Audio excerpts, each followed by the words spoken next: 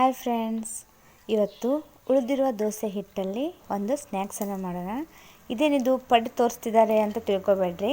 ಪಡ್ಡೆಯ but ಸ್ವಲ್ಪ different ಟೈಪಲ್ಲಿ ತೋರಿಸ್ತಿದ್ದೀನಿ. ಸೂಪರಾಗಿರುತ್ತೆ. Normal ಪಡ್ಡಿಗಿಂತ ಒಂದು ಲೆವೆಲ್ ಜಾಸ್ತಿನೇ ಇರುತ್ತೆ. ನಾನು ಮಾಡ್ತಿದ್ದಂಗೆ ನನ್ನ ಮಕ್ಕಳು ಅದನ್ನು ಖಾಲಿನೇ ಮಾಡಿಬಿಟ್ರು. ಲಾಸ್ಟಿಗೆ ಫೋಟೋ ಹೊಡ್ಕೊಳ್ಳಿಕ್ಕೂ ಕೂಡ ನನಗೆ ಪಡ್ಡು ಸಿಗಲಿಲ್ಲ. ಅಷ್ಟು ಚೆನ್ನಾಗಿ ಇಷ್ಟಪಡ್ತಾರೆ ಮಕ್ಕಳು. ಏನು ಚಟ್ನಿ ಬೇಡ, ಏನೂ ಬೇಡ, ಹಾಗೆ ತಿರುಗಾಡ್ತಾನೆ ಕೈಯಲ್ಲಿ ಹಿಡ್ಕೊಂಡು ಖಾಲಿನೇ ಮಾಡಿಬಿಡ್ತಾರೆ.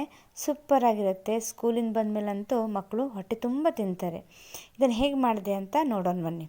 ಬೆಳಿಗ್ಗೆ ದೋಸೆ ಮಾಡಿದ್ದೆ, ಬಟ್ ಜಾಸ್ತಿ ಆಯಿತು ದೋಸೆ ಹಿಟ್ಟು ಅಂತ ಅನಿಸ್ತು. ಅದ್ರ ಸಲುವಾಗಿ ನಾನು ಉಪ್ಪು ಹಾಕೋ ಮುಂಚೆನೇ ದೋಸೆ ಹಿಟ್ಟನ್ನು ಫ್ರಿಜ್ಜಲ್ಲಿ ತೆಗೆದಿಟ್ಬಿಟ್ಟಿದ್ದೆ. ನೀವು ಯಾವುದೇ ಕಾರಣಕ್ಕೂ ಉಪ್ಪೆಲ್ಲ ಹಾಕಿ ಫ್ರಿಜ್ಜಲ್ಲಿ ಇಡ್ಲಿಕ್ಕೆ ಹೋಗಬೇಡಿ. ಅದರ ಟೇಸ್ಟ್ ಒಂದು ಸ್ವಲ್ಪ ಚೇಂಜ್ ಅನಿಸ್ಬಿಡುತ್ತೆ. ನೀವು ನೋಡಿದಾಗ ದೋಸೆ ಹಿಟ್ಟು ಯಾಕೋ ಜಾಸ್ತಿ ಆಗಿದೆ ಅಂತ ಅನಿಸ್ತು ಅಂದರೆ ಏನು ಮಾಡಿ, ದೋಸೆ ಹಿಟ್ಟನ್ನು ಫ್ರಿಜ್ಜಲ್ಲಿ ಸ್ವಲ್ಪ ತೆಗೆದಿಟ್ಬಿಡಿ. ಈಗ ನಾನು 1 ಬಟ್ಲಷ್ಟು ಕೊಬ್ಬರಿನ ತೊಗೊಂಡಿದ್ದೀನಿ ತುರ್ಕೊಂಡು. ಒಂದು 2-3 ಏಲಕ್ಕಿ ಇದ್ದಾವೆ. ಆಮೇಲೆ ಒಂದು ಸ್ವಲ್ಪ ಪುಡಿ ಬೆಲ್ಲ. ನಾನಿಲ್ಲಿ ಪುಡಿ ಬೆಲ್ಲನ ಯೂಸ್ ಮಾಡ್ತಿರೋದು. ನಿಮ್ಮ ಹತ್ರ ಪುಡಿ ಬೆಲ್ಲ ಇಲ್ಲ ಅಂದರೆ ಉಂಡೆ ಬೆಲ್ಲನಾದರೂ ಯೂಸ್ ಮಾಡ್ಕೋಬಹುದು. ಇಲ್ಲ ಈ ಥರ ತೆಳು ಬೆಲ್ಲ ಇರುತ್ತೆ, ಜೋನಿ ಬೆಲ್ಲ ಅಂತ ಹೇಳ್ತಾರೆ ನೋಡಿ, ಆ ಜೋನಿ ಬೆಲ್ಲನೂ ಕೂಡ ನೀವು ಯೂಸ್ ಮಾಡ್ಕೋಬಹುದು. ಈಗ ಪುಡಿ ಬೆಲ್ಲ ಹಾಕೋದಕ್ಕೆ ನಾನು ಸ್ವಲ್ಪ ನೀರು ಮಿಕ್ಸ್ ಮಾಡ್ಕೊಂಡು ಇದನ್ನು ಫೈನಾಗಿ ಪೇಸ್ಟ್ ಮಾಡ್ಕೊತೀನಿ. ಇನ್ನೊಂದೇನು ಅಂತಂದರೆ, ನಿಮ್ಮ ಹತ್ರ ಹಲಸಿನ ಏನಾದರೂ ಇತ್ತು ಅಂದರೆ ಒಂದು 3-4 ಹೋಳು ಹಲಸಿನ ಹಾಕಿಬಿಡ್ರಿ. ಭಾರಿ ಸಖತ್ತಾಗಿ ಟೇಸ್ಟ್ ಬಂದುಬಿಡುತ್ತೆ. ನನ್ನ ಹತ್ರ ಇರಲಿಲ್ಲ, ಸೊ ನಾನು ಇದರಲ್ಲೇ ಮಾಡಿದೆ. ಹಲಸಿನ ಹಣ್ಣು ಇತ್ತು ಅಂದರೆ ಹಲಸಿನ ಹಣ್ಣನ್ನು ಹಾಕ್ಕೊಳ್ಳಿ. ಈಗ ರುಬ್ಬಿರುವಂತಹ ಈ ಪೇಸ್ಟನ್ನು, ಕೊಬ್ಬರಿನ ನಾವೇನು ಮಾಡೋಣ, ಆ ಹಿಟ್ಟಿಗೆ ಸೇರಿಸ್ಕೊಂಡು ಕಲಿಸ್ಕೋಬೇಕು ನೀಟಾಗಿ. ಇದಕ್ಕೆ ಮತ್ತೇನು ನೀರು ಹಾಕೋ ಅವಶ್ಯಕತೆ ಇರಲ್ಲ. ನಾನು ಸ್ವಲ್ಪ ಉಪ್ಪನ್ನು ಹಾಕ್ಕೊತಾ ಇದ್ದೀನಿ. ಯಾಕಂದರೆ ಬೆಳಿಗ್ಗೆ ನಾನು ಉಪ್ಪು ಹಾಕಿರಲಿಲ್ಲ ದೋಸೆ ಹಿಟ್ಟಿಗೆ, ಹಾಗೆ ತೆಗೆದಿಟ್ಟಿದ್ದೆ. ಸೊ ಉಪ್ಪನ್ನು ಹಾಕ್ಕೊಂಡೆ.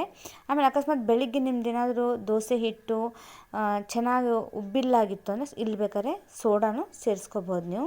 ನಾನೇನು ಸೇರಿಸಿಲ್ಲ, ಜಸ್ಟ್ ಉಪ್ಪನ್ನು ಹಾಕ್ಕೊಂಡಿದ್ದೀನಿ. ಈಗ ನಾನು ಇದಕ್ಕೆ ಪಡ್ಡನ್ನು ಮಾಡ್ಕೊಳ್ಳೋಣ. ಪಡ್ಡು ಮಾಡಲಿಕ್ಕೆ ನಾವೇನು ಮಾಡಬೇಕು, ಫಸ್ಟು ಪಡ್ಡಿನ ಹದ ಇಷ್ಟಿದ್ರೆ ಸಾಕಾಗತ್ತೆ. ಇದರಲ್ಲಿ ಪಡ್ಡೆ ಮಾಡ್ಕೋಬೇಕಂತ ಏನಿಲ್ಲ. ಸಣ್ಣ ದೋಸೆ ಹಾಕ್ಕೊಂಡ್ರೂ ಕೂಡ ಚೆನ್ನಾಗಿರುತ್ತೆ. ನನ್ನ ಮಕ್ಕಳು ಪಡ್ಡೆ ಕೇಳ್ತಾರೆ, ಸೊ ನಾನು ಪಡ್ಡು ಹಾಕ್ತಾಯಿದ್ದೀನಿ. ಆಮೇಲೆ ಇನ್ನೊಂದು ಅಂದರೆ ಆಯಿಲ್ ಯೂಸ್ ಮಾಡಬೇಡ್ರಿ, ತುಪ್ಪ ಯೂಸ್ ಮಾಡಿ. ಯಾಕಂತಂದರೆ ಎಷ್ಟಂದ್ರೂ ಸ್ವೀಟಿಗೆ ತುಪ್ಪ ಇದ್ರೇ ಚೆಂದ. ಪಡ್ಡೆ ಹೆಂಗೆ ಹಾಕ್ಕೊಂತೀವೋ ಹಾಗೆ ಸ್ವಲ್ಪ ಏನು ಮಾಡ್ಕೊಂಡು ಹಾಕ್ಕೊಳ್ಳಿ. ಆಮೇಲೆ ಇನ್ನೊಂದೇನಂತಂದರೆ, ಇಲ್ಲಿ ಹೈ ಫ್ಲೇಮ್ ಇಟ್ಕೋಬಾರ್ದು, ಫುಲ್ ಸಿಮ್ಮು. ಯಾಕಂದರೆ ನಾವಿಲ್ಲಿ ಬೆಲ್ಲ ಯೂಸ್ ಮಾಡಿದ್ದೀವಿ.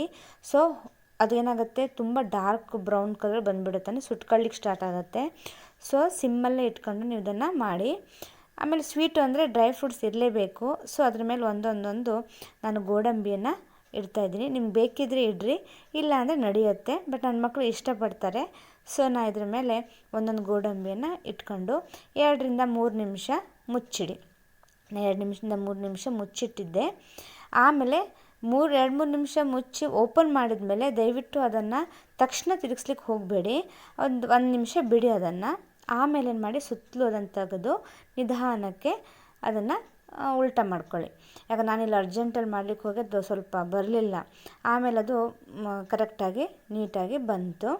ಇಷ್ಟ ಆದಮೇಲೆ ಒಂದು ಸ್ವಲ್ಪ ಚಮಚ ತುಪ್ಪ ಹಾಕಿ ನೋಡಿರಿ, ಎಷ್ಟು ಚೆನ್ನಾಗಿ ಕಲರ್ ಬಂದಿದೆ. ಸೂಪರಾಗಿದೆ, ಚೆನ್ನಾಗಿ ಬರುತ್ತೆ. ಇದನ್ನು ಇನ್ನೊಂದು ಸಲ ನೀವು ಮಾಡ್ಕೊಳ್ಳೇಬೇಕು, ಅಷ್ಟು ಸೂಪರಾಗಿರುತ್ತೆ. ಇದು ನಂದು 3rd ಬ್ಯಾಚ್ ಹಾಕಿದ್ದು. ಫಸ್ಟ್ ಮಾಡಿದ್ದೆಲ್ಲ ಖಾಲಿಯಾಗಿಬಿಡ್ತು. ಮಾಡ್ತಿದ್ದಂಗೆ ಅವರೆಲ್ಲ ಮಕ್ಕಳು ತಗೊಂಡು ತಿನ್ನಲಿಕ್ಕೆ ಸ್ಟಾರ್ಟ್ ಮಾಡಿಬಿಟ್ರು, ಉಳಿಲೇ ಇಲ್ಲ. ಇದು ಲಾಸ್ಟ್ ಬ್ಯಾಚು, ಇಷ್ಟೇ ಪಡ್ಡು ಉಳಿದಿರೋದು. ಚೆನ್ನಾಗಾಗತ್ತೆ, ತುಂಬ ಟೇಸ್ಟ್ ಆಗುತ್ತೆ. ಒಂದು ಸಲ ನೀವು ಇದನ್ನು ಮಾಡಲೇಬೇಕು. ನಾನು ಈ ಥರ ಸಿಂಪಲ್ ಆಗಿರುವಂತಹ, ಈಸಿಯಾಗಿರುವಂಥ ರೆಸಿಪಿನ ತೋರಿಸ್ತಾ ಇರ್ತೀನಿ. ದಯವಿಟ್ಟು ನನ್ನ ರೆಸಿಪಿಗಳು ಇಷ್ಟ ಆದರೆ ಸಬ್ಸ್ಕ್ರೈಬ್ ಮಾಡಿ, ನಿಮ್ಮ ರಿಲೇಟಿವ್ಸ್ಗಳಿಗೆ ಈ ರೆಸಿಪಿಗಳನ್ನು ಶೇರ್ ಮಾಡಿ. ಇನ್ನೊಂದು ಅಡುಗೆಯೊಂದಿಗೆ ಭೇಟಿಯಾಗೋಣ.